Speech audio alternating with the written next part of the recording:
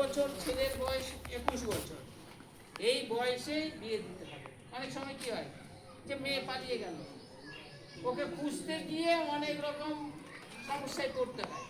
কিচ্ছু না, আমাদের মাধ্যমে যদি যোগাযোগ করা যায় সমস্ত রকম ব্যবস্থা করা হয়। একটা অন্যায় কিছু হয়ে গেছে, আমার টাকা নাই যে আমি থানায় যাচ্ছি, আমার কথা শুনছে না, কোর্টে যাচ্ছি, টাকা লাগবে, আমাদের মাধ্যমে যদি যাওয়া যায় কোনো টাকা খরচা হবে না। তারপরে হচ্ছে এখন সমাজে সবচেয়ে বড় ব্যাধি হচ্ছে নেশা। সব নেশা করে আসছে, পরিবারে হয়তো স্বামী স্ত্রী বাবা মা বা প্রতিবেশীর সঙ্গে ঝগড়া লেগে দিল বা আর কোনো রকম সমস্যা হতে পারে। এই যে এইসব যেন না হয়, নেশা যেন না করে, এর জন্য পরিবার বুঝাতে পারে।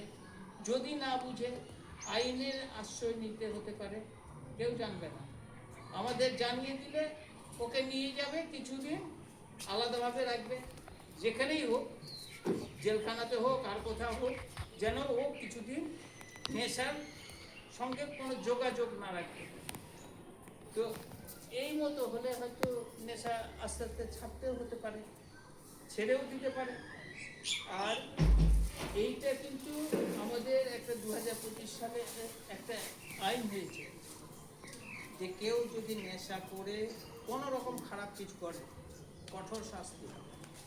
নেশা করলে কি হয়, ওর নিজের শরীর খারাপ হচ্ছে, পরিবারের সঙ্গে সম্পর্ক নষ্ট হচ্ছে, গ্রামের লোকের সঙ্গে সম্পর্ক নষ্ট হচ্ছে, তাছাড়া কেউ ওকে ভালো বলে না। একটা মাতালকে কোনো সময় কোনো মানুষ ভালো বলবে, যেটাতে সব সময় খারাপ। তার জন্য কোনো সমস্যা হলে আমাদের এই নম্বরে ফোন করে জানালে সব রকম সহযোগিতা।